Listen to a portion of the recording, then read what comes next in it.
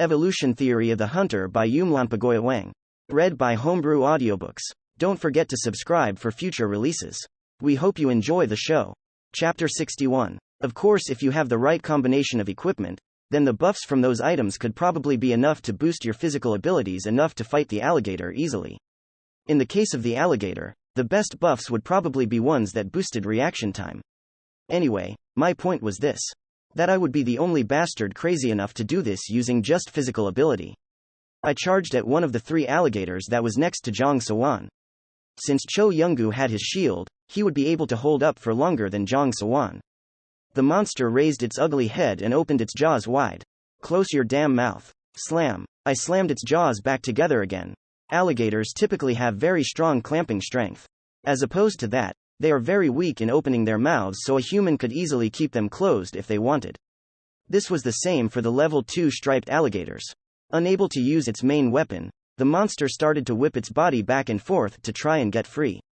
There wasn't any point in dragging it out. I stepped on its jaws to keep it closed while I draw my sword and plunged it straight into its forehead. The Hanshin sword made a small explosion upon impact. Alligator brains. Plus 200. Nice shot. Sunba Opa. Slam. Plus 200. Slam. Plus 200. Instead of stopping, I kept the momentum up and cut off the heads of the remaining two monsters. All organisms are the same. If you just cut off the head, even a dragon would end up dying. The undead don't count, because they aren't living to start with.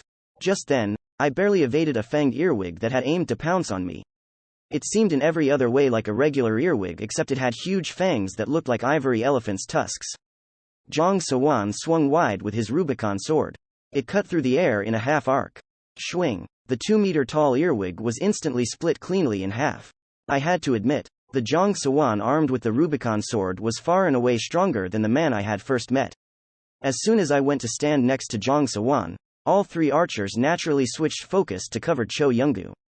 Cho Younggu gave up on attacking and switched to defense mode, because he knew that the monsters would not be able to get through. Plus 200, Zhang Sawan and I teamed up to get rid of the rest of the earwigs. All we had left were the three striped alligators futilely trying to pierce through Cho Younggu's shield. As I ran towards him, I counted the monsters we killed. 3 predatory toads, 3 striped alligators, and 6 fanged earwigs. If we counted the 4 sleeping predatory toads and 3 alligators still alive and well, it brought our total monsters to 22. We were almost done. Slam, slam, slam, plus 200, just when we killed the 3 alligators. Pow! All at once, 4 fanged earwigs burst through the ground from my rear. I could see Soa standing in frozen horror with wide eyes in front of the monsters. Shit, there were 4 more of them? I thought there were only 22 to start with? Kook, stomp. I stomped on the ground hard enough to kick up a small cloud of dust. I don't even know if Soa would be able to handle one of them. Let alone 4. Flash. I saw Zhang Sawan's sword shining from here. Just when did he get there? Hot. Swing. And I saw Soa slash horizontally with her own sword. The earwig that had been aiming to rip her to shreds with its sharp teeth was immediately cut in half, spewing out white guts everywhere.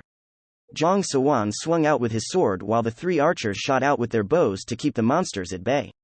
Hap. Stab. Her sword swung once more in the air and the earwig's fang flew majestically as it separated from the monster's head. Wow, Cho Younggu said with amazement.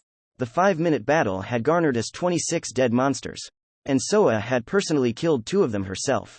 I was the one who had trained her and shown her how to fight. But I never imagined she would be able to follow through so well in real battle. I had assumed she would need more time before fighting for real. Isn't this your first time fighting a monster? I don't think it is. Not counting the roach you killed that one time. Then it's my first time. And you were still able to stay calm and fight like that? I practiced hard. Still, if that was all it took to be able to do what she did, I wouldn't have been as surprised as I was. There are people who are earnest. On the outside, they complain and don't look like they're trying all too hard, but they are the type of people who actually work a lot harder than anyone else. This was because they don't like to show their hard work to others. They find it embarrassing. I felt like this girl was that type. What was hard for me to believe, though, was that she thought to fight in such a surprising situation. It was a situation where she would not have been mentally prepared since the attack came out of nowhere. I can't say that I would have 100% responded in the same way were I in her position. If I had to guess, I would say that she was able to respond in that way because she had faced life and death situations a numbers of times in her life. Did I do well? She made a small smirk while oogling at me. HMPH. I wouldn't go that far. I'd say that she just finally earned her keep today. But still, you did well. Good job. She put her head down. And her shoulders started to shake. What they she so happy it's making her cry. I tapped her shoulder. Hugh, a weird sound started to seep out her mouth. It sounded sort of like crying but also like something else. What are you doing right now? It's my first time getting a compliment. She looked up at me with sparkling eyes.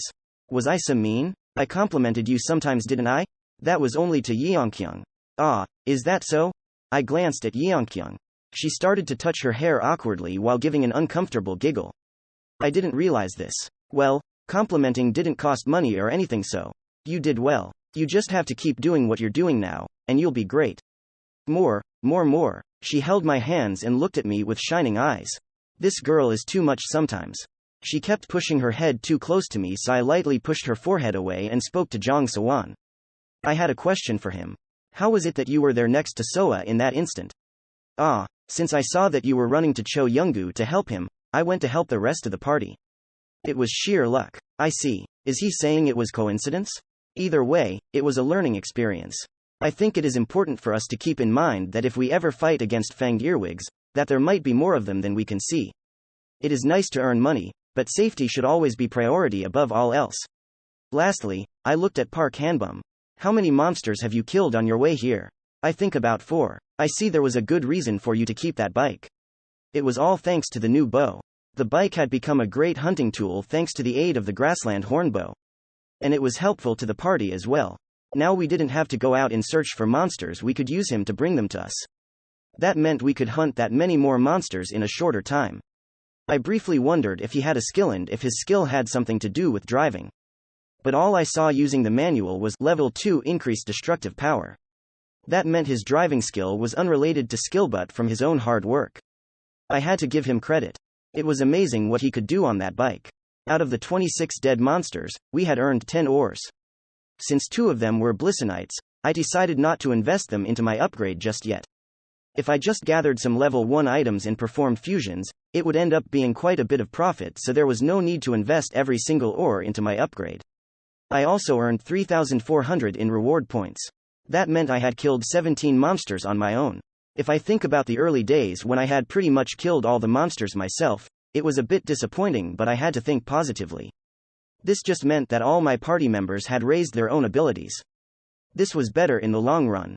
We also came up with a level 2 spear and armor. None of us needed any more equipment, so we decided to sell it and I stored it in my manual. Coming up with 2 items this time around is all thanks to me, okay? Manager Kim said as he shook his glove. This man was very talented in tooting his own horn. I mean, that glove only raises drop probability by 10%. But I'll humor him. Is there any place I can go wash up nearby? I asked Han Junsok. I felt uncomfortable covered in all of the damn predatory toad slime. Wait a moment. While he started doing a search, I took the armor off and put it into the manual. Then I took off my top. I wanted to keep it on, but I just couldn't bear the awful smell any longer. Gulp. I heard someone swallowing somewhere. I looked up, thinking it was Soa, but I saw Bae Yeongkyung quickly turning her head away. After confirming there was a small brook nearby, everyone loaded into the car and headed there. Of course, I decided it would be best to just run alongside the vehicle. Since I could probably keep up or even outrun a speeding car if I wanted to, there was no point in me stinking it all up for everyone. It was 30 minutes into the run when I slowly started to run out of breath. But it was fine. I would probably still be able to run for a few more hours. Park Hanbum, who was keeping pace next to me on his bike, said, "Ha, I've got to say that you aren't the average Joe. I mean, I've seen plenty of people who are strong or fast, but I don't think I've ever seen anyone with stamina that even comes close to yours. This is all thanks to my skill. Nothing to be amazed at. I briefly heard about your skill from everyone else. Having said that, if you didn't have the stamina and will to push yourself, this wouldn't be possible. Haha, if you think of it that way, then thank you. Honestly, these kinds of situations always embarrassed me a bit. Because I felt that this skill was more luck than effort.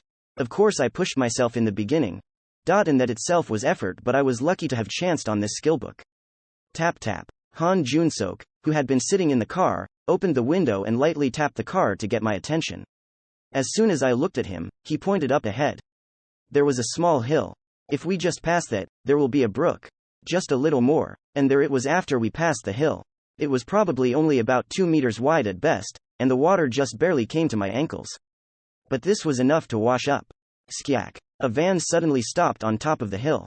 I sighed and looked at Han Junsok. I could see him frowning while straining to look into the distance.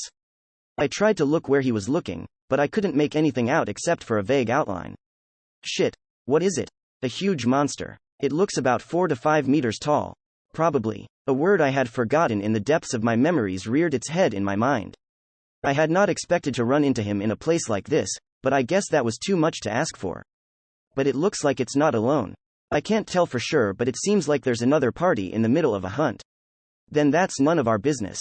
Cho Younggu responded. Han Junsok shook his head and said, they're too far for me to be sure, but it looks like the group isn't faring too well. Why don't we get a bit closer to see if we can measure the situation better? We took our car and drove up about 1 kilometer closer. I was able to make something out now. The first thing I could see was how humongous the monster was. Han Junsok had said 4 to 5 meters, but, on closer inspection, it was 3 meters tall and over 5 meters long. I checked my memories and came up with the monster's name. Splendens. It was a level 4 monster. Interesting name. Well, the person who first comes across the monster gets to name it so. I heard that they derived it from the scientific name of the beetle. Just like the name, it looked like a beetle. It used its horns and front feet to plow into the ground. Like most bug-type monsters, their weak spot was their stomach. But since the Splendens usually moved with their stomachs close to the ground, it was hard to attack. And even if we were able to flip it over to strike at its weak spot, it will be hard to make any real damage since it was so huge. The situation doesn't look too great. Han Junsok said. Is it critical? They have about 30 hunters in all. But there seems to be about 10 of them on the ground. I can't tell if they're alive or dead from here. Let's try and get there as soon as possible. My team drove the car as fast as it could go. The ground kicked up clouds of dust as the wheels spun in a roar. Park Hanbum and I followed behind as quickly as possible as well. The closer we got, we saw that the situation was even worse than we expected. There were only 15 of them standing. In that short time, 5 of them had fallen. As soon as we arrived on the scene, the other hunters started to cheer at the top of their lungs. Help is here, but they're not our team. It doesn't matter who they are. Please help us. Yep. Bad. All around. They were so desperate they didn't even care who we were. Sunba Opa, that's, I saw. But let's first help them out and figure it all out later. One of the collapsed men was holding a flag. A wheel pattern on a white background. Team Ezekiel. But there was no reason for us to deny them help. It's not as if I hated these people before us. I hated what their team represented but not the individual people. Schwing. As soon as my weapon and armor appeared from storage, I ran headfirst into battle. I felt Park Hanbum look after me in surprise. Kya. The Splendens, which had been taken aback by the roar of the car and bike engines at first, finally seemed to gain a bit of control and moved surprisingly fast on its short legs to try and stomp on me. Slam. As the monster slammed and plowed into the ground with its front legs, it felt as if there was a small explosion. Clods of dirt flew up in all directions. I had already jumped away from the attack while my archers started shooting their arrows. And the arrows bounced off with no effect but the resounding noise of hitting a boulder. Keek. Its feelers began to twitch and I saw its eyes look from me to them. Slam. My Hanshin sword made a small explosion as it broke the monster's second leg.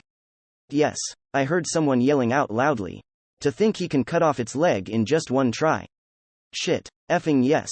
We're saved. The Ezekiel hunters were beside themselves. But it was still too early to cheer just yet. Swing. Pow. The monster had stamped on one of the hunters who had been cheering loudly.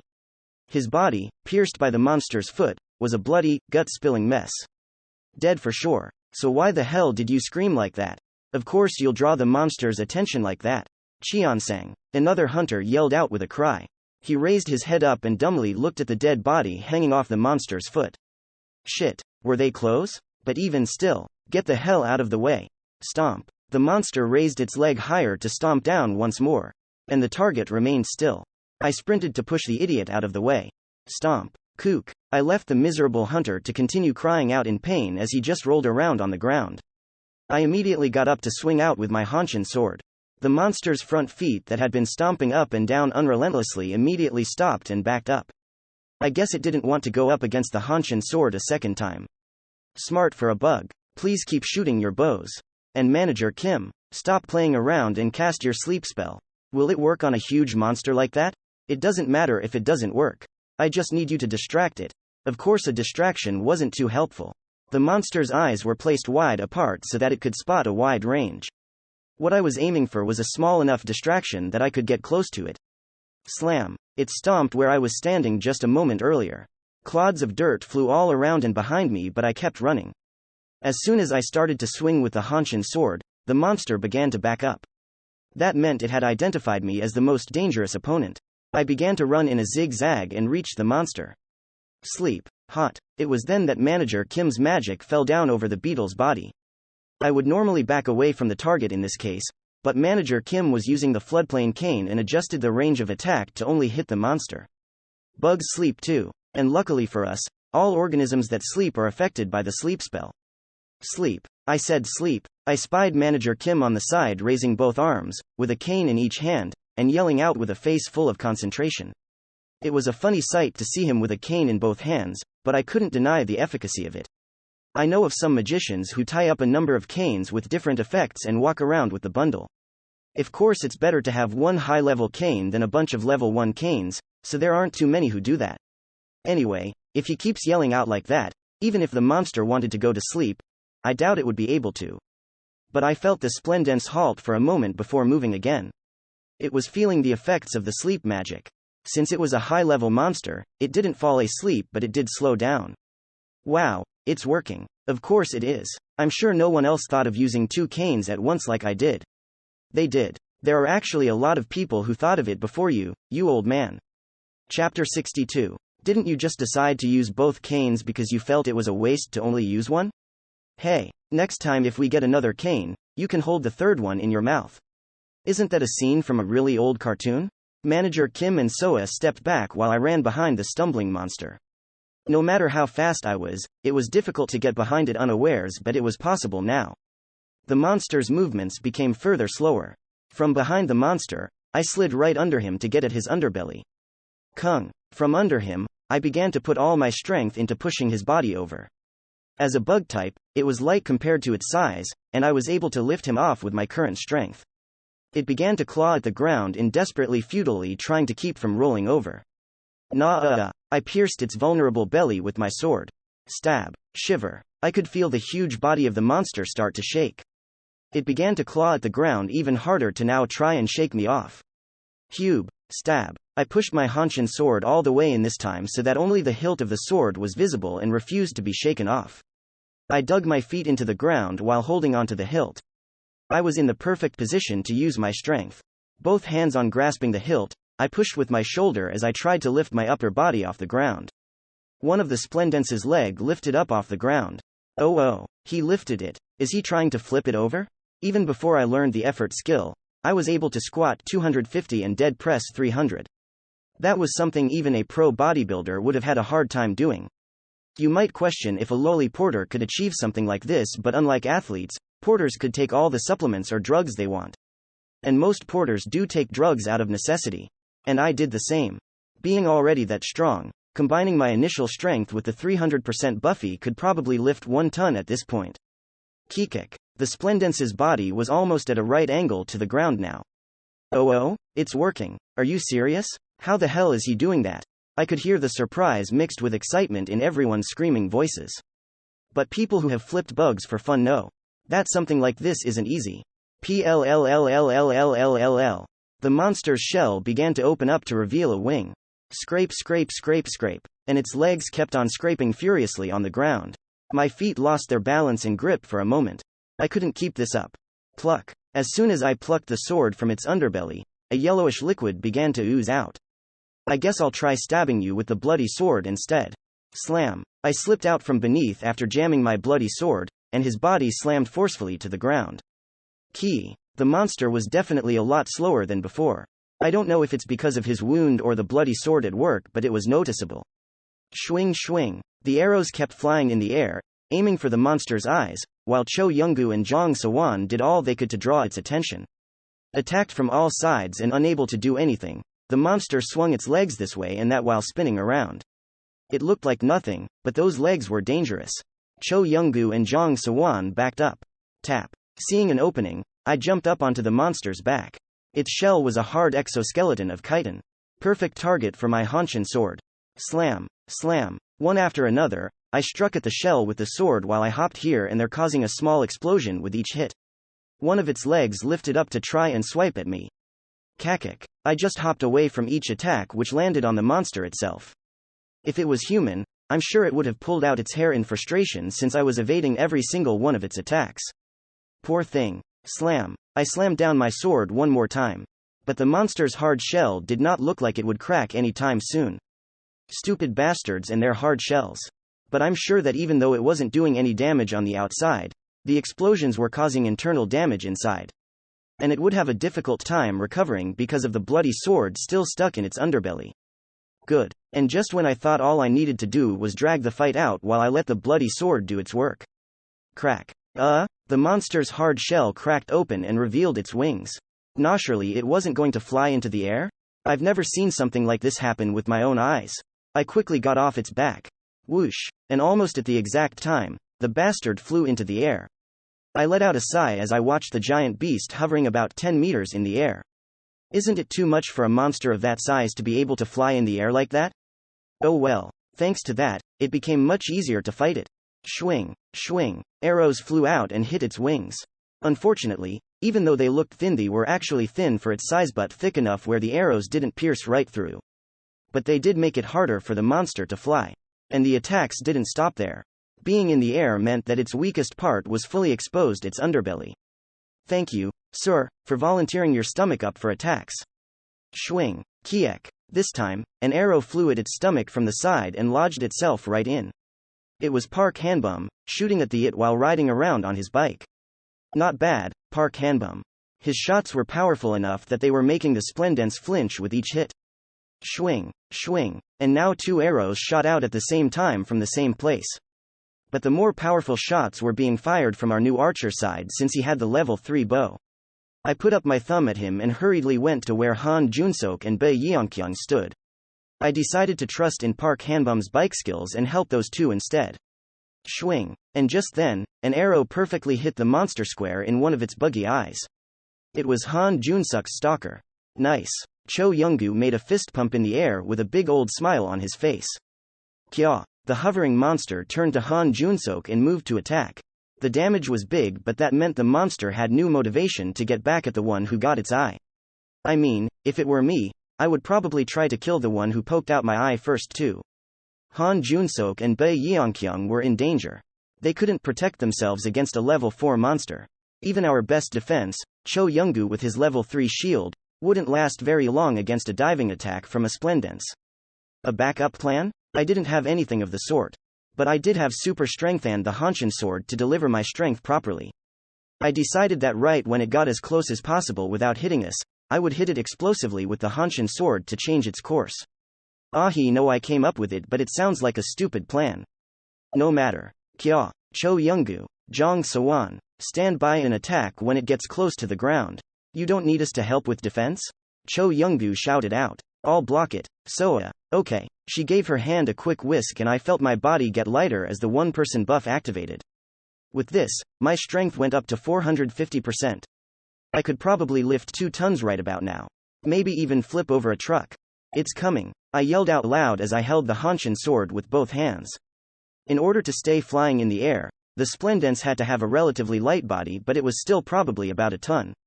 Would I be able to withstand the impact? No. Hit back with enough power to change the course of monster pile driving into me from 10 feet in the air?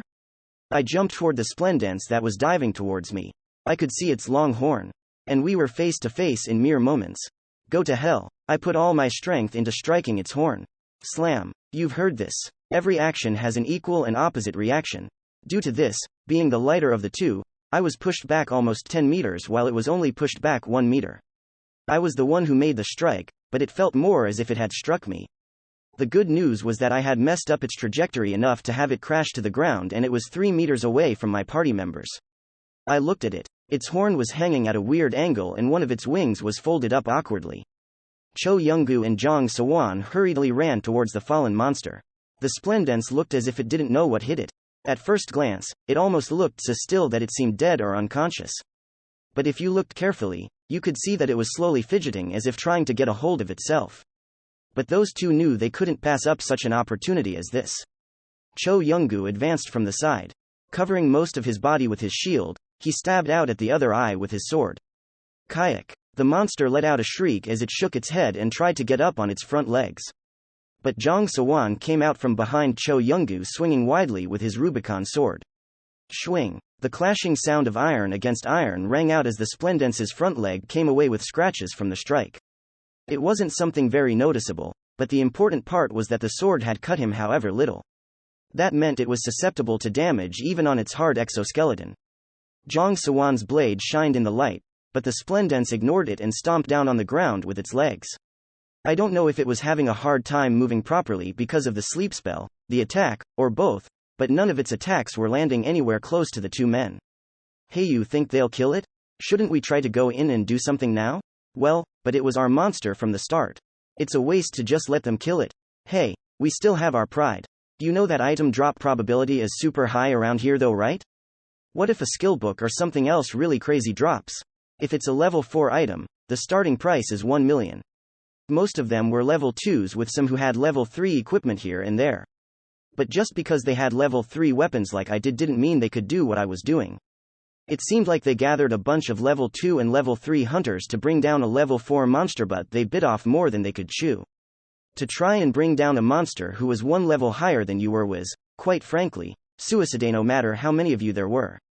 The moment they discovered this big guy, they should have run away without looking back.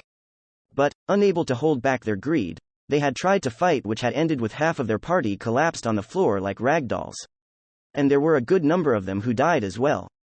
Hearing that they were trying to get in at the end so that they could take possession of the drop items when they didn't do any of the work, it seems they didn't learn their lesson. As I saw them starting to sidle in little by little, I dashed for the Splendence and raised my Hanshin sword in the air. Having suffered through Jong Sawan's attacks this whole time, I could see that its leg was now half severed. Jong Sawan had set the table for me. I just had to eat my meal. I gripped the hilt of my sword with both hands and cut through the air as if I were pouring every ounce of power into that strike. Slam! My blade hit the monster's front leg and exploded. Though its thick leg would usually be able to withstand my sword's attacks, in its half-attached state, the black appendage flew off with the explosion. The Rubicon sword had severed it, and the Hanshin sword broke it off. I like that. And from Jong Sawan's look, I could see he approved as well. Keying. Slam. Kya. We used the same method to take care of the other front leg. Now the Splendence was without its main weapon. All it could do was try and bite us with its relatively small mouth or sit on us to try and smoosh us to death. And you can't forget that my bloody sword was still at work, sucking away at its life source. Because it was so huge, we haven't seen the effects of this yet, but it was only a matter of time. This was the end. All that was left was to kill it. Attack. As if they were waiting for just this moment, the standing members of Team Ezekiel yelled out and ran towards the fallen monster. It looked like they were going to aim for the weaker-looking hind legs. But I wasn't about to let them make a useless attack so that they could claim contribution. Slam. Ute? What? I slammed my sword into the ground in front of the running hunters. As it made a small explosion on impact, the men cursed out a few words as they stepped back. I looked at them with a smiling face and said, "It is dangerous, so please stand back." "That's, we will help you." A short but sturdy-looking man responded. I'm sure they were thinking I was higher than a level 4 hunter at this point. I do not want there to be any more casualties than there already are. There is a chance the monster will attack ever the more violently out of desperation, so it is advised to stay where you are. Then I added, and if there is someone who insists of attacking this monster still, I will assume that your aim is to disrupt my fight. Gulp. I heard someone swallowing loudly in the small group. I basically said in a roundabout way that would signify an attack against me. Plus 400, it was only after 10 minutes or so that I was finally able to kill it. Since it was so big, it didn't die even after cutting off the head, scooping out its eyes, or splitting open its belly. It was a lot of work to finally get it to give up. It was only after I had pretty much butchered it up that I finally got my reward points. After recovering my bloody sword, my party members and I stood posted around the monster as we waiting for it to evaporate. All the members of Team Ezekiel moved off to one side and started to tend to the wounded. Luckily, it seemed they had a healer, as no more of them died. Everyone keep on alert and stand by. We do not know how they will decide to act at any point. They might decide to do a surprise attack. Do you think they'll go that far? Bei Yeongkyung asked. I'm hoping they won't. But there's nothing wrong with being careful. And one person from the Ezekiel team started walking toward us. He looked like he may be the leader. I am Team Ezekiel's Kim Jamin. Thank you for helping us with the hunt. I could already hear his intention from those few words. Helping with the hunt, you say? I can't just let that slide. We were late on the scene because we were scoping out the situation. If we had been a bit quicker on the scene, we might have been able to save more people. I feel that is all too unfortunate. I said this as I looked pointedly at the 5 dead bodies. Chapter 63. This was my way of telling them that we didn't just help with the hunt, we saved their lives. His expression hardened. I guess he must have taken me for a chump. It would have been best for everyone if he just backed off, but that didn't seem to be the case. But do you know that this is Ezekiel territory? I'm not sorry, don't think I've heard that. No. All the roads leading here are supposed to be blocked. So are you saying right now that you purposely blocked off roads? That is. Of course, because this is our territory. And who made that ruling? The initial ruling by the government was that they would acknowledge partial ownership for parties, not ownership of everything. Nothing in the ruling said anything about the right to occupy land that had not been granted in the first place to do what they wanted with it. And it was because of this little point that they had taken the initiative to block the roads. That's obviously by the government. This idiot. So are you saying that you will stick by what you just stated and accept all the repercussions as well? What? It is true that the government approved teams to raid and occupy territories. But nowhere in the rulings did they approve blocking off roads and rights to passage. I see. Well, okay then. Kim Jamin nodded his head and walked away. Hei's actually backing off? Soa asked. The monster's still evaporating. Nothing has dropped yet, so I'm pretty sure they'll act based on what comes out. I'm sure if they see something worth a pretty penny, they'll be more aggressive. Scavengers. I hate those kinds of scum. But didn't you get along just fine with those kinds of people, Manager Kim? Soa smirked. That was only when they gave me money. Those bastards aren't giving me a paycheck. And didn't I say that a weasel like them stabbed me in the back and I lost my job before? Haha, okay. It might have been because the splendence was so huge, but it took a really long time for it to evaporate. It was only after 20 minutes that an item finally dropped. This. Wow. I had been a porter for a long time and, short as it may be, my time as a hunter was spent in lots of raids. In that time, I had killed a great number of monsters and seen plenty of items before too. But this was really, I don't know how to put it into words. Rough. A dog barked and wagged its tail furiously as it stared at us. Hellkeeper Cerberus. Oh, special abilities, eats items to grow. The higher the level, the more it grows. Cannot die. Cerberus. Cerberus? Bei Yeongkyung hugged the dog and asked. Surprised at the drop, everyone came together to look at her breasts. No, I mean, the dog she was holding to her breast. What the hell am I saying?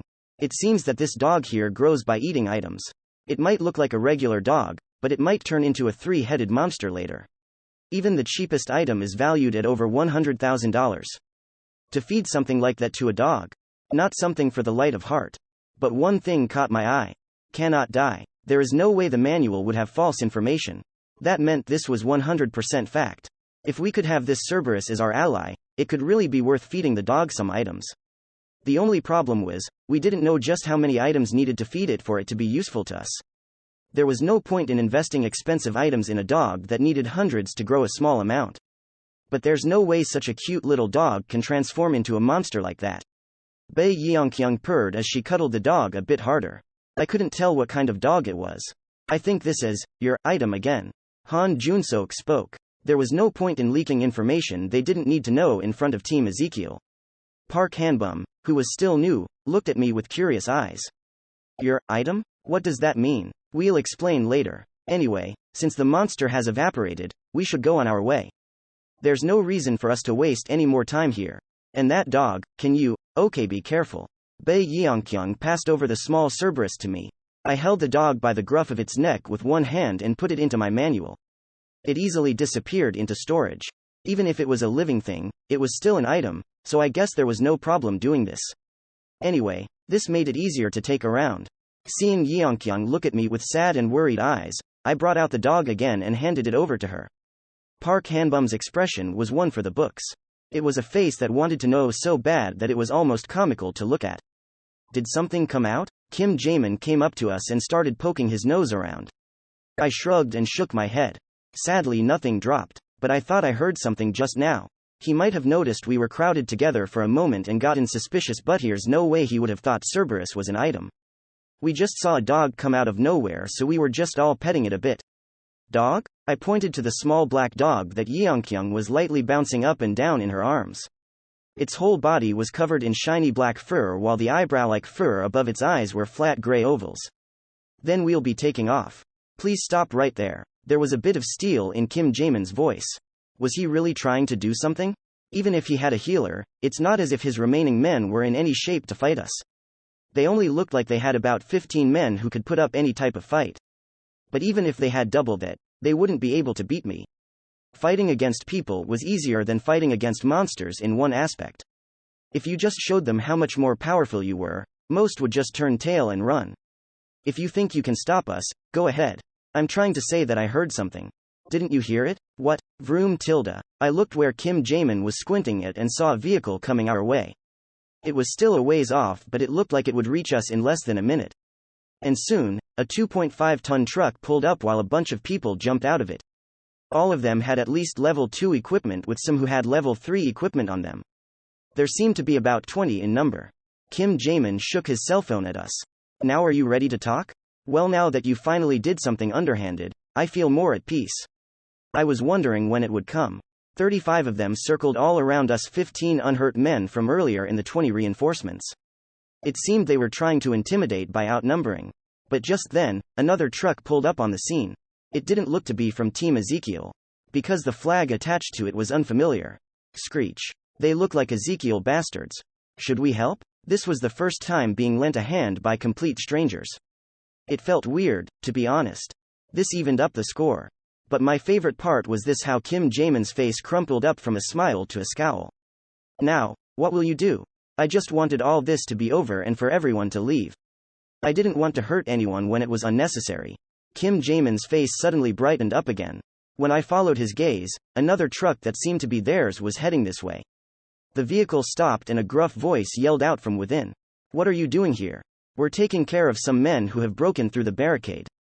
I guess this person was higher up in the ranks than Kim Jae-min. Well, if you take care of all of them, maybe things will settle down a bit. This one seemed strong. I could see that he had level 4 equipment. Why don't you try? I was going to even before you asked. Everyone, prepare for battle. Yes. 37 of them all took up their weapons. Jesus. But then another truck was ambling their way. I thought it was another Ezekiel truck, but Han Junsok spoke. They're regular hunters. How? We made a call to some people we know. They came faster than I expected. An unfamiliar man said as he stepped off his truck. Things were getting out of control. Shit. What the hell? The head honcho looking guy started to curse to himself. He was about 170 centimeters. A bit on the short side, but I could see that he had a strong build. I checked him out using my manual. Name. Jang Taesu skill. Agility, 4. Increases response rate by 200%. Additional skills. None proficiency. 6 equipment. Smash sword, 4. North Sea armor, 3. Shock absorbing glove, 1. Quick shoe, 1. As expected of a level 4 skill, the agility skill raised his response rate significantly. But it was still nothing compared to the reflexes my effort skill gave me. The only thing that I had to watch out for was his smash sword. That sword had an additional option: the sword's strikes would deal critical damage to monsters at random. But other than those random hits, it was no different from a no-name level 4 sword. Nothing to sweat over. And we outnumbered them now 6-4. Even if they had a level 4 hunter, it was game over if the rest of his team is wiped out. Additionally, his armor can't protect every part of him. If my archers just shot him in the eye, bye-bye. You were saying you would show us something. Kiu. Jang Taesu started to give out an evil laugh. I don't think I said anything funny. Take this time to bask in that happiness of yours right now. As soon as the rest of our reinforcements get here, not a single one of you will leave alive. Is that so? How long do you think it'll take for them to get here? 10 minutes? 20 minutes? If I had to guess, I'd say it would take them over an hour? He didn't say anything, but I could tell from his expression. It seems you guys had a bunch of your team sprinkled here and there to prevent other from hunting. But you guys were too greedy. Even if you brought every one of your party members here, you'll have what, 300? Are you saying that you'll take over the entire southern wetlands with so few men? We have no intention of letting you do that. Shut up, you bastard. I'll rip apart that loud mouth of yours. Like I said, if you think you can, go ahead. Shit. Slam. Jang Tae-soo hit the ground running. I had suspected he would fight, but I didn't expect him to make his move so soon. He must have been pretty sure of himself.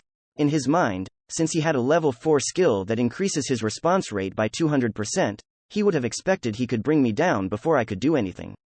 But, including Soa's buff, mine was at 360%.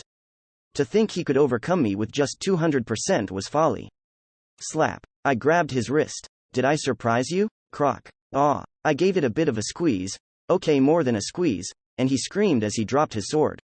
I picked up the item and put it in my manual before slamming into him with my shoulder. Slam. Crack. The satisfying crunch of his ribs breaking. When I let go of his wrist, Jang Tae-soo collapsed in a lifeless heap. I looked toward Kim Jae-min, whose mouth was open wide in disbelief, and said, "Do you want more?" I hoped this was enough to convince them they were no match. I'm not a killer. I know that if there is no reason for violence, it is best to avoid it. You thought it would end like this? Jang Tae-soo snickered while on the ground. Surprising. He should have had a hard time breathing, let alone talk. Stubborn bastard. I looked down at him and said, I think it would be best for both sides if we stopped right now. How naive. What? That's not how a fight works. You see, once you start. Spit. Jang Tae-soo spit at me. Of course I dodged it, but, in that time, he got up and made a dash for me while yelling at the top of his lungs. Everyone attack. Don't hold back. We'll get every one of these bastards. Before he could grab my legs, I knocked him out, but things took a turn for the worse. The men who were ready to turn back just a moment ago, were now fired up again. And Kim Jae-min took up his sword as calmly said, "Kill them all." Wah. All of them started running. Kill them. Shit. That girl is mine. Shweeing. Ping. Slam. Magic and arrows flew through the air and weapons clashed. Ahhk. Mother. Slam. Kook. I could see deaths unfolding all around me. Usually when there is a battle of 100 versus 100, 10 people at most fight like crazy while the rest look around more focused on defense. But Ezekiel's men were different. They were weak as individuals, but I could see that they were fighting as a group. Not one of them backed down. Each and every one of them were fighting with all they had. The ones who had fallen into panic instead were the men who had decided to help us. Because this was still unfamiliar territory to them. And it seemed I wasn't the only one who saw this. These bastards, they look like they've done this a time or two. Han Junseok spoke. And I only nodded. Now that things had gone south, there was no reason for us to hold back either. I could forgive their folly once but not a second time, especially after I'd given them numerous chances to pull back. I will trust you all to play your roles. I yelled out simply and jumped into the middle of battle. Since we were being pressured, I had to do something. Right now, Ezekiel was our enemy, and we didn't have the kind of room to show them any leniency. Kayak. Die. I turned to see a man charging at me with his sword and swung with my Hanshin sword. He had been wearing a sturdy armor, but the explosive attack of my weapon easily broke through. Pow. +200. His body blew to pieces with a small explosion. What is that? A bomb? Focus and attack. Kim Jae-min yelled out quickly, but it didn't soothe the panic I had created with my sword. And in that same moment, I made a dash for where Kim Jae-min was standing. Slam. Slam. As soon as I killed two more on the way, I could feel the confidence from the Ezekiel slide slowly slip away. But that was only in my general area. All of the others from Ezekiel were still fighting full force everywhere else. In order to end this as quickly as possible, I had to get rid of the insider and leader first. Block him. Realizing he was my target, he quickly gave his order. Men of level 2 and level 3 started to make a human barricade in front of me. I moved my head this way and that as I yelled out, "Come and get it." 3 attacks came at me. 2 swords and 1 spear. The speed of the spear was fast. Tap. I grabbed the spear between my arm and hip before I gave a good yank. The man holding onto the other end easily followed suit and came between me and the 2 swords. Kook. Jongsu. This piece of shit. After killing one of their own by accident, they were hopping mad. +200. I get points for killing someone indirectly too? Ping. An arrow whistled toward me. Raising my sword up, the arrow bounced off my blade to hit the man trying to attack me from behind. Kook. +200. Even after killing their comrade so easily, the attacks didn't stop. Die. One man yelled out with steel in his voice as he ran for me. Maybe it was because he was so desperate to kill, but he left himself wide open. There was no point in blocking or even dodging. I just swung down with my sword. Slam. His armor crumbled and he was catapulted away. He rolled into another of his comrades and started to violently cough up blood. I guess he didn't die from that, but it looked like he would be hard-pressed to keep fighting. Gulp. Maybe I was finally able to knock some fear into these fools because the remaining 2 Ezekiel members stood their ground instead of attacking. Then I guess it's my turn to take the initiative? Swoop. It was then that something black passed me at an incredible speed. Cerberus. Kelby. Yeongkyung's shrieking voice. Kelby? Did she already give it a name? But what is that dog trying to do? Cerberus started to eat a dagger that was dropped on the ground. It was a level 2 stealth dagger. What the? An Ezekiel hunter that had seen this started to back away. It was understandable since a normal-looking dog started to eat a dagger out of nowhere. Nash. Gaunch. After gobbling up the dagger in mere moments, Cerberus spied a fallen shield and started running towards that as well. I hurriedly pulled up my manual to check its stats, too. His level had gone up 1 point. Kind of a waste. This little shit. One of the hunters that had backed up just moments before kicked his foot. Pat. Cerberus disappeared. And the man, just kicking at air, started to look around wildly. Where the hell did that shit go? Nash. Awk. Just as quickly as it had disappeared, Cerberus reappeared and chomped on the hunter's offending leg. It had bit down so hard that I could see the white of his bone. Leaving the hunter to roll around on the ground in misery, Cerberus focused again on running toward the shield. Floop. Even with my eyes, it seemed as if Cerberus was disappearing and reappearing again and again. While wondering how it was doing that, the item it had gobbled up came to mind. Level 2 stealth dagger. It was a weapon that gave the wielder the option of concealing herself a second at a time. This stupid dog. A hunter raised his sword, blade down, and plunged it where Cerberus was. Pat. Instead of the sound of sword plunging into the dog, I heard the sound of something more like a leather drum being hit. Fizz this? Pat. He kept stabbing at Cerberus, but the dog ignored the idiot and gobbled up the shield after reaching it. Gulp. As soon as it swallowed the shield up whole. Whoosh. It suddenly grew as big as a small calf. It looked exactly the same, just bigger. Huke? Even if it looked like a dog, I'm sure it couldn't have looked cute to the men attacked by it, and the Ezekiel hunter slowly started to back away. I tried to think back on what Cerberus had just eaten. It was a round shield that covered a diameter of the forearm with a pattern as if the shield was cut into 4 pizza slices. Aegis shield. It had the option of reflecting the damage made to the shield. Standing between me and the other Ezekiel hunters, Cerberus slowly turned around to look for other items. But seeing there weren't any more lying on the ground, the big dog looked back at the hunters. It was looking at the level 2 items they were holding. What are you doing? Kill it, Kim Jamin screeched. Obeying order, the 2 hunters slowly walked towards Cerberus holding their swords. Slam. Nash. Cerberus plowed into one while biting into the other. The sword the hunter had been holding easily snapped in Cerberus' jaws, leaving only the hilt. Nash. Without a care, Cerberus pawed at the other sword, held it between both paws before plopping down to gobbling it up. It looked like the very picture of a child chewing up his lollipop. That dog. The last hunter, still with his sword, raised it into the air. Kyung. Huke? At Cerberus' yelp, the hunter jumped back in surprise. Since it had grown in size, its yelps had amplified loudly as well. Everyone looked toward us. What is that? Monster? I think it's a dog? How can a dog be so big? What is it eating? It looks like a sword. You're saying it's eating an item? Crazy. You're right. Is several hundreds of thousands of dollars a dog's chew thing? So surprised by this new scene, the battle had seemingly paused.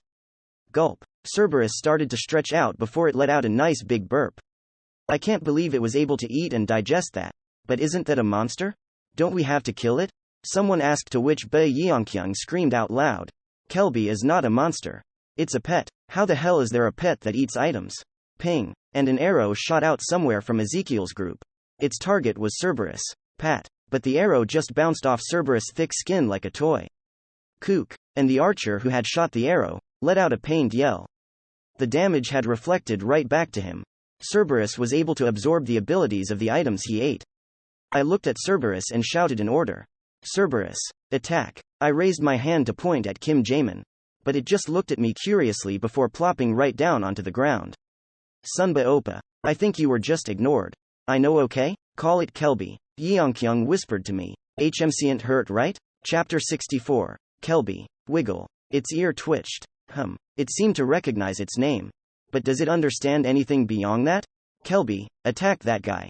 Arf. Surprisingly, Kelby jumped from the ground and ran toward Kim Jaemin.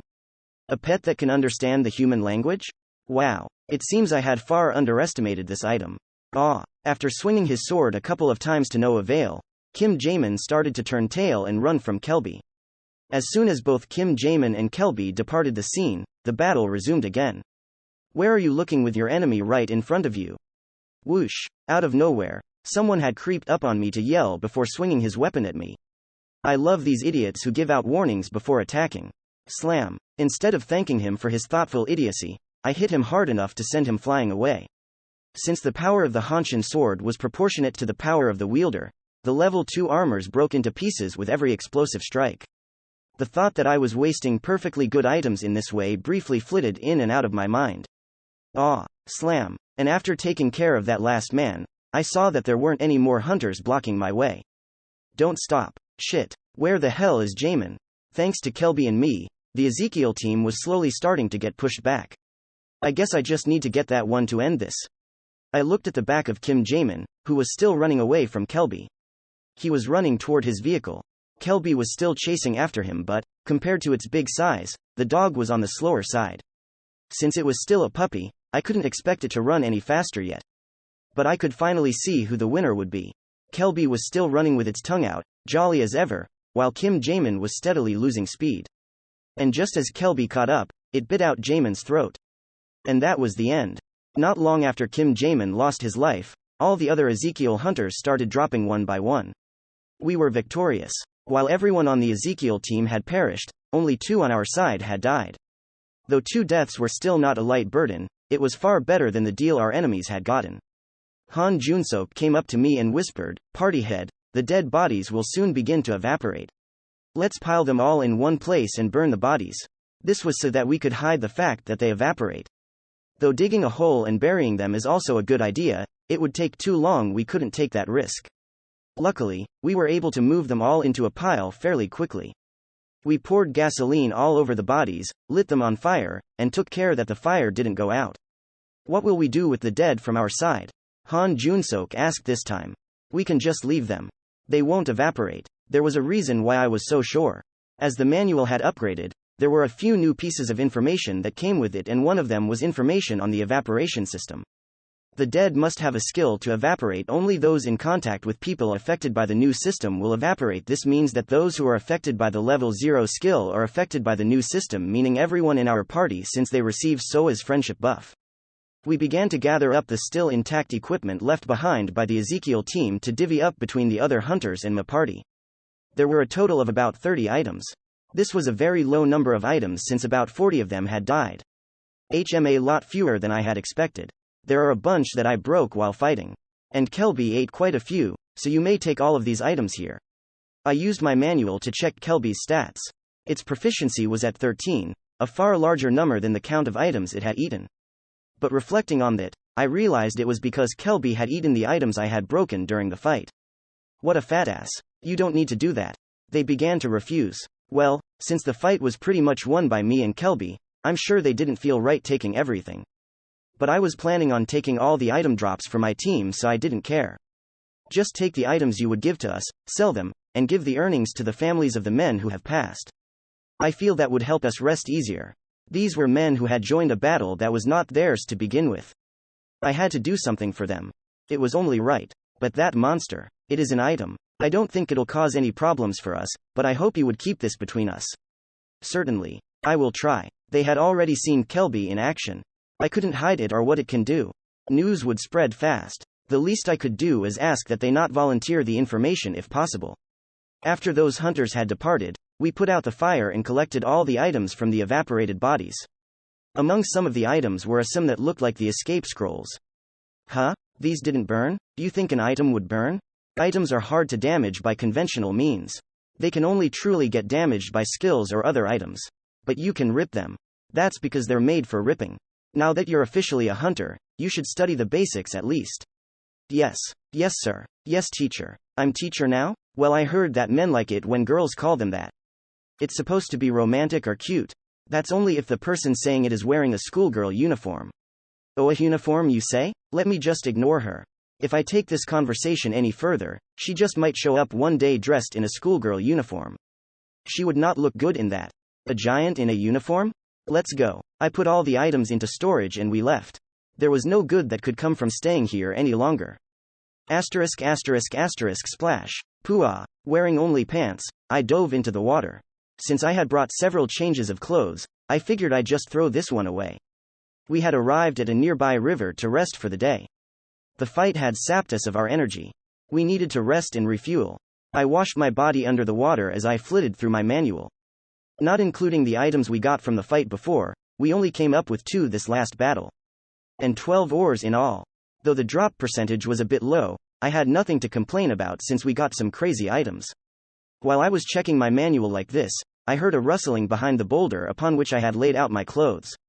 I tiptoed on over. What are you doing? Soa, who had been trying to steal my clothes, began to laugh like a pervert. Ha ha. I wanted to do a live-action play of the fairy in the woodcutter. Don't touch my underwear. Can I touch everything else? I'll report you to the police. I know you won't, phew. Now I really feel like doing it. I sighed lightly. I'm afraid she might really become some kind of pervert soon. Anyway, I'm still a bit worried. Do you think everything is going to be alright? What do you mean, Ezekiel? We killed about 40 of them. The police might even decide to step in, no? All of their men evaporated, so we have nothing to worry about. Do you think it'll really be that easy?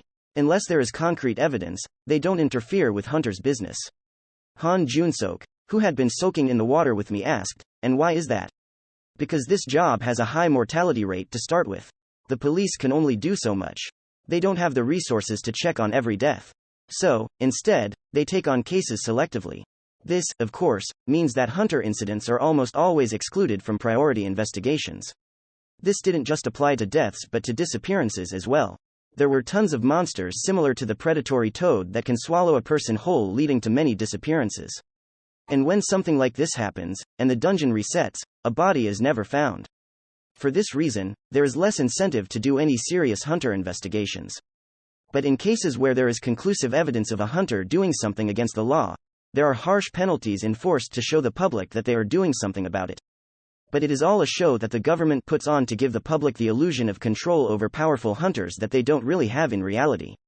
Then we really don't have to worry? We're fine. At least for now. Plus, Team Ezekiel is known for their high mortality rates. Since this land is still fairly new, there is very low chance that anyone would really care what happened. This was pretty much why I did whatever I wanted in the end. I wouldn't have wiped them out otherwise. I'm not an idiot. And considering how they acted toward us, it's indicative that they acted in much the same manner to other Hunters. We wouldn't be singled out as a suspect. Anyway, let's just try our best to steer clear of those guys. Let's consider today's events as a sort of lesson. That even if we see Ezekiel guys in danger, we should just let them get eaten? Honestly, I didn't think they'd be such bastards. But that just goes to show you that I am still too naive. But I like that about you.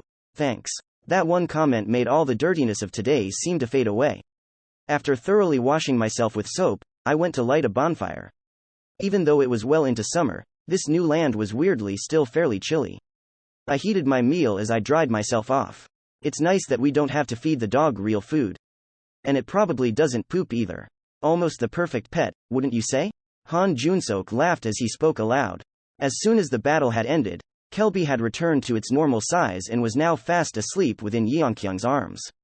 Speaking of Yeongkyung, it seems as though she really loves dogs. She never took her eye off the thing from the moment it appeared.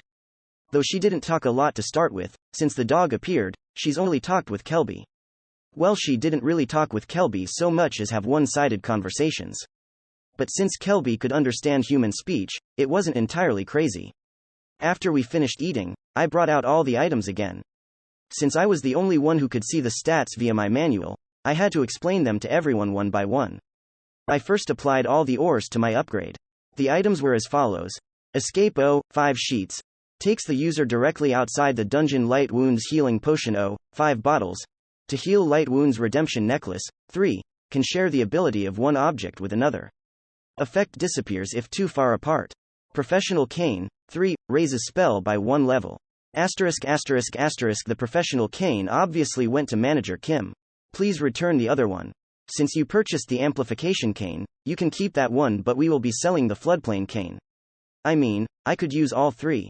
That's your greed talking. How are you going to wield all three at one time? Are you really planning on holding one in your mouth during battle? Are you crazy? I just thought I'd duct tape them all together or something. Well, do whatever you want. Just make sure you don't end up dropping one and running away because things get dangerous. Now, we have the redemption necklace left. Soa raised her hand with the quickness. Everyone else quietly averted their eyes to avoid eye contact with me. Its ability was a pretty good one, so I had expected there to be a bit of a squabble over it. Did you guys all talk and plan to give it to Soa or something? She's more a porter than a hunter, so raising her ability wouldn't really do the team any good. Sunba Opa, did you already forget how I killed that roach last time? If I just have the right items, I could be a great hunter too. You have a point. But how is it that no one else wants it? If you stick with me, it should bring your abilities up significantly. Are you asking because you don't know? Manager Kim asked. I guess it's because of the design. The redemption necklace, put simply, looked like a dog collar. It was a black band with a silver pendant that looked like a name tag, and it was just big enough to fit snugly around the neck. Anyway, I guess no one wanted to put something like that around their necks no matter how great it was. I briefly imagined Manager Kim with this around his neck before I shook it out from memory. In the end, the redemption pendant went to Soa. I was hoping that Yeongkyung would take it as a range dealer, but since Soa was support to the range dealers, it wasn't a bad idea to have her wear it as well. What ability are you going to use? Me was thinking about strength, but since I already have something for that, I thought about copying your reflex instead. She already had the garter belt that raised her strength by 30%. I agree with that decision. It'll help you in surprise situations. You don't need to be crazy powerful. My opinion was that she needed to be just a bit strong for real battle since her main role was not killing monsters. She was support for the party members, dealing long-range damage from the back. In order for her to help the archers and Manager Kim, who did not specialize in close combat, it was imperative for her to be able to react quickly to surprises. After divvying up the items in that way, we set up the tent we brought in our car. Thinking this was better than sleeping in the car or out in the open, we had made this purchase the last time we were at Manripo. Even though there was still time before the sun would set, since we were planning to spend the night here, we decided to pitch it early.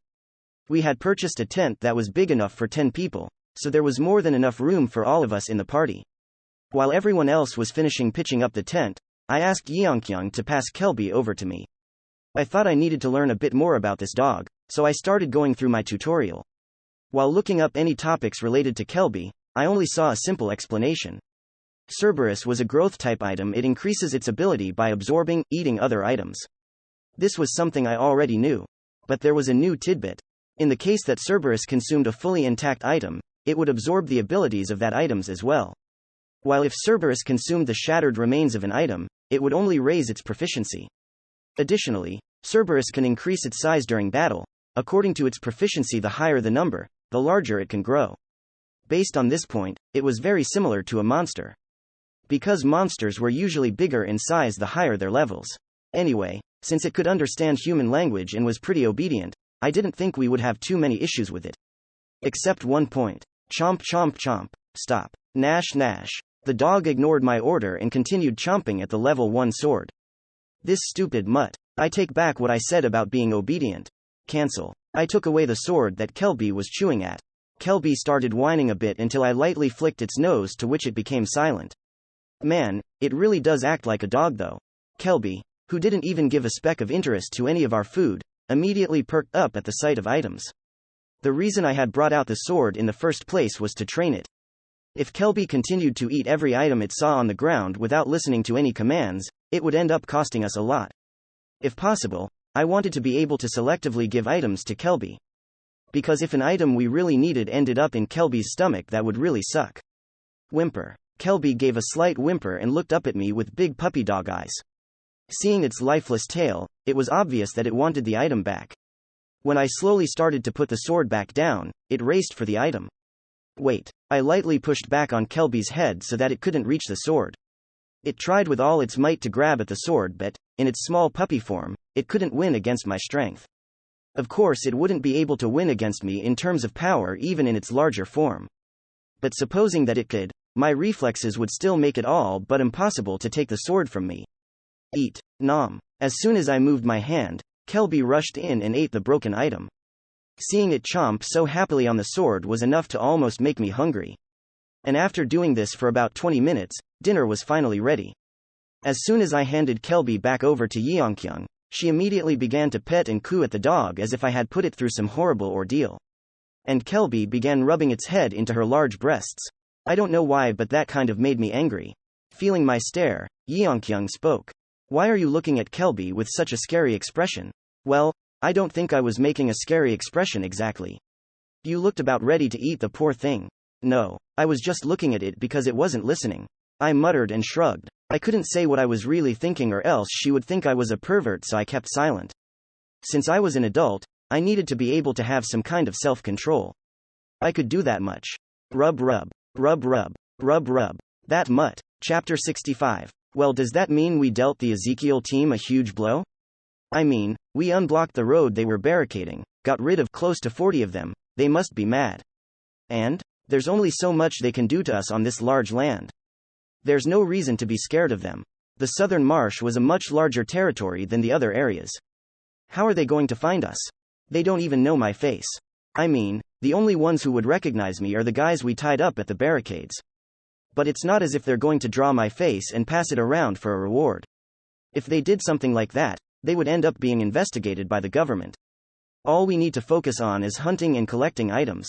My primary focus while at the West Sea was growing my power, my team's power, and even Kelby's power now.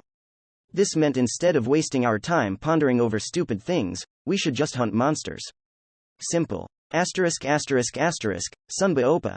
Big news. While I was resting after eating a simple dinner, Soa screamed as she shoved her smartphone in my face. As the latest model with a great big screen, it was a huge thing. But that wasn't what was important here. My picture was on the giant screen. What is this? When did you take a picture of me? I didn't take this one. All the ones I took are safely saved somewhere else. But look at this. This is a post from a blog that covers all things about the West Sea, and someone put your picture up including what happened recently. What are you talking about? I took the smartphone from her and started to look it over. Not everything was recorded in the blog. But at the very least, it described how Team Delta and I had pushed past the barricades that Ezekiel had set up. And the fight was recorded via video. I guess this was to be expected. There were over 1,000 hunters behind us at the time. Of course someone among them would have thought to record it. Wow. Nice filming. Looks like you're going to become famous, huh? Manager Kim said. I did expect something like this to some extent, but now that it really happened it's a bit embarrassing. But it's lucky that it didn't show up on the news. Partyhead, you come up as a top search now. Han Junsok started shaking his phone and laughing. Oh, my God. Luckily it was taken from far away though, so people won't be able to identify you easily. But it'll still spell trouble. I mean, they have his name and the team name too. We had given those Ezekiel guys a good beating and even took their items. They had enough to report us now. Who's going to bear witness and testify though? I don't think anyone would do it. Who knows? Hunters follow the money no matter what. Now I was starting to get nervous. I expected to gain a bit of fame, but this was a bit much. What do you think those Ezekiel guys will do now? Han Junsok asked. We were still unclear as to how strong the Ezekiel team was a whole. Raid teams are usually required to register and reveal their member count, but, because that team is constantly adding to their number, it was hard to know. I could only guess they were about 300 to 400 in number based on what a stranger had revealed.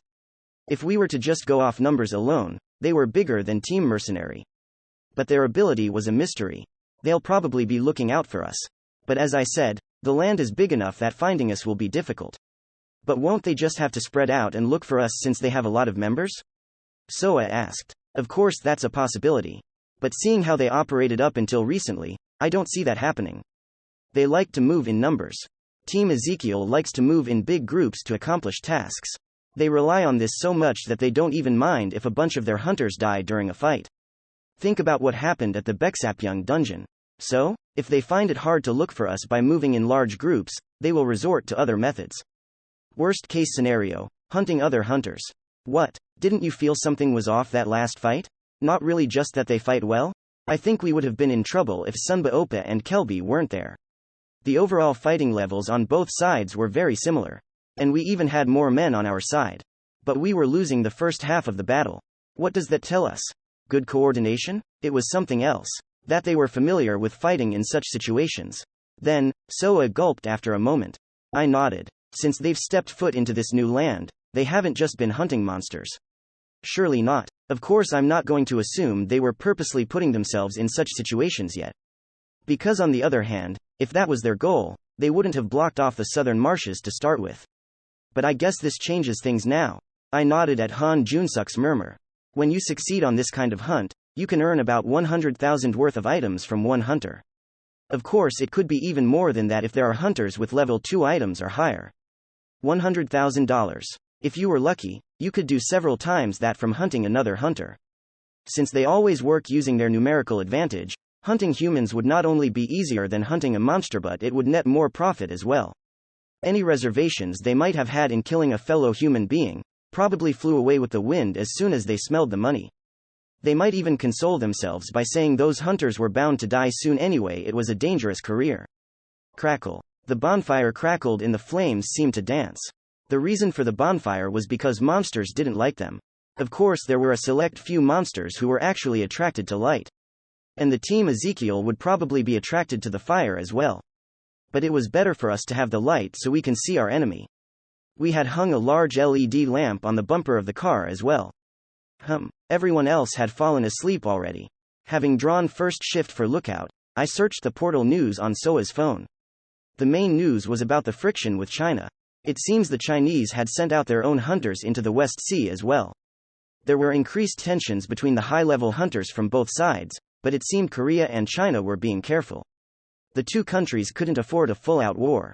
But that didn't mean that either side was going to let the other take control of this new land either. My plan was to keep going south. I didn't want to hunt in the north and accidentally bump into a high-level Chinese hunter. I had no interest in any of the politics involved. The southern marshes weren't the end of the new land. If you went even further, there was a dense forest. I'm sure there are plenty of monsters to be hunted there. I exited out of the portal and logged into the hunter market community. People here were still on the topic of the barricades in the southern marshes. Southern marshes now open, and under that, there were several hundred posts. It was blocked up completely before. So it's really open now? I heard that there were a bunch of people that grouped together and it opened up. I don't think those Ezekiel guys will let it slide. Well, I heard that Team Delta led the entire group and forced it open. Oh, looks like they're blatantly challenging Ezekiel. But it's the first time I've heard of Team Delta. Are they strong? I think they're a newly established team. I think they don't even have 10 people on their team. Crazy bastards. Don't they know about those Ezekiel guys? I guess we'll see them in the hospital soon enough. No. I can't say any specifics. But those guys are strong. I don't think we have anything to worry about. Really? They're that strong? I think the people who should be careful is Team Ezekiel, not Team Delta. Unless they have a level 10 hunter, I think Ezekiel can handle them. They're not a level 10 or anything, but I saw them get rid of a level 4 hunter. Level 4? Are you serious? Delta's that strong? Who's the leader? A guy named Jaeon Sangmin. Never heard of him. Someone should have heard of him if he was strong enough to knock out a level 4 hunter in one hit. And the rest of the posts were about me.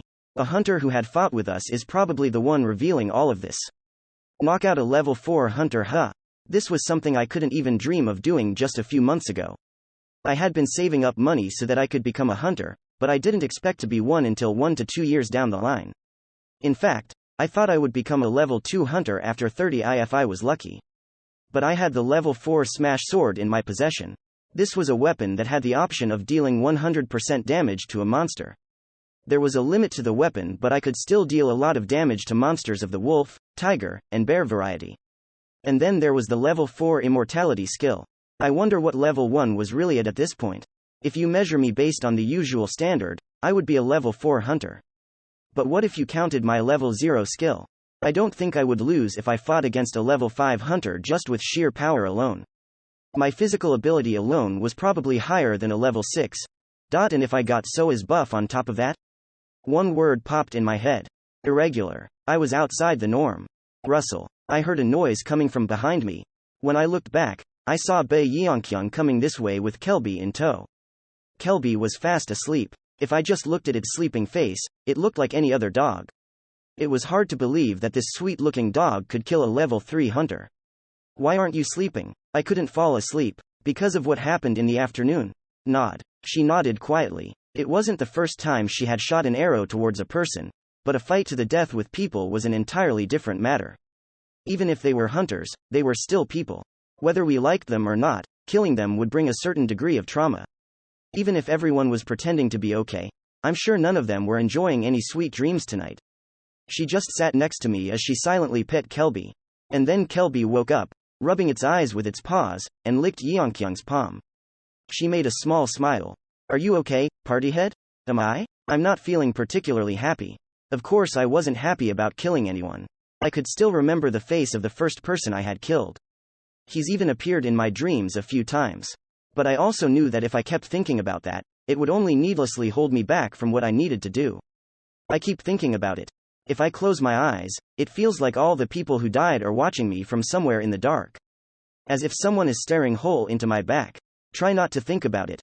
Ghosts can't do anything. The burning bonfire created shadows in the dark. I stole a glance to look at Yeongkyung, and her expression was still all gloom and doom. She was not suited for a harsh life like this. She was forced into this life by her circumstances. But no one here would take it easy on her for that reason. Because the weak get eaten. We will keep running into these kinds of situations. You know that, right? Knowing that, will you be alright?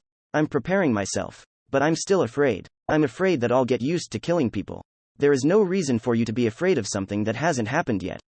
If you're really afraid of that happening, then put an effort into preventing it from happening.